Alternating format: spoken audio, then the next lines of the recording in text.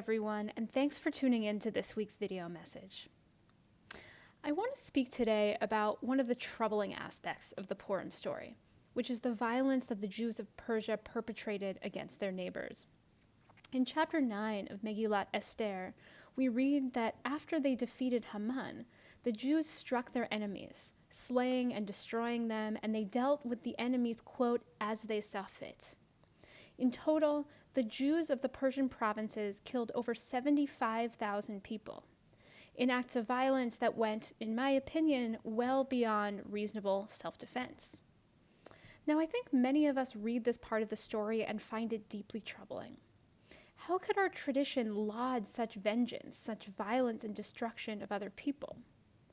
For many of us, this feels profoundly un-Jewish, that our people would perpetrate the kind of violence against others that have been perpetrated against us for so many centuries. Indeed, I too am disturbed by this aspect of the story, and in particular, am deeply disturbed by the ways that some in the Jewish community read this part of the story as a how-to manual for fighting against our enemies. Here I think back to Purim 1994, when U.S.-born Israeli Baruch Goldstein entered the cave of the Machpelah in Hebron, the burial place of Abraham, Isaac, Jacob, Sarah, Rebecca, and Leah, and there he murdered 29 Muslim worshippers. It was no accident that he did this on Purim.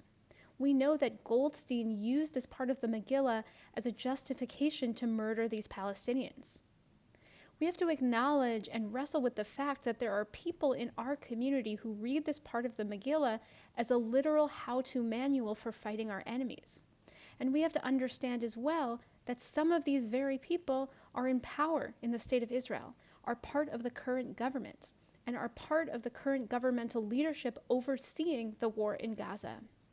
In this vein, I worry in profound ways about what this Purim will be like in Israel, and what will happen to Palestinians at the hands of those who hold these violent beliefs.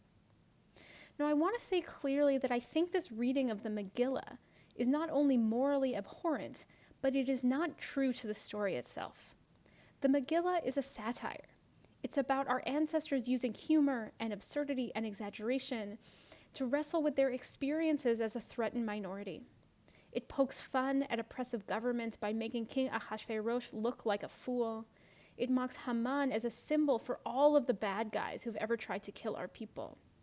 And the episode of violence in chapter 9 is also meant to be satire, is meant to be a kind of revenge fantasy, and a safe way for our oppressed ancestors to vent their justifiable anger against anti-Semites.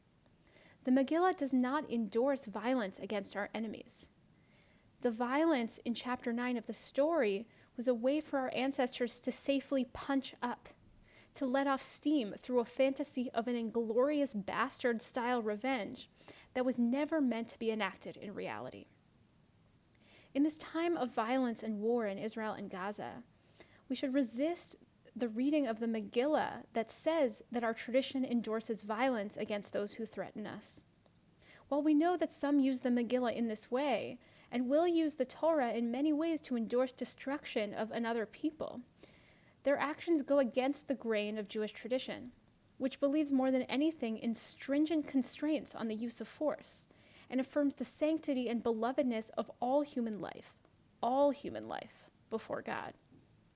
This Purim, in a time when tens of thousands of Palestinians and Israelis have lost their lives, when Israeli hostages remain in captivity in Gaza, when Gazans are facing a dire humanitarian crisis and threats of death, when Palestinians on the West Bank are facing heightened violence and brutality at the hands of extremist settlers, we can honor our tradition in this time and turn away from vengeance, turn away from violence, and turn instead toward the fight for a peaceful, just, and secure future for all people, and doing so knowing that so very many lives on all sides depend on it. With that, I want to invite each of us to reflect this week. How do you relate to the violence in the Purim story? And how might this Purim be a time to stand against vengeance and to instead turn toward the fight for a peaceful, just, and secure future for all people in this time of war?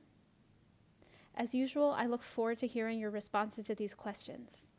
In particular, if you're looking for ideas on how to be part of this fight for a better future, you can reach out to me and I would be happy to share some ideas. You can reach me at rabbi@bethtorah.org. I look forward to hearing what's on your heart and your mind.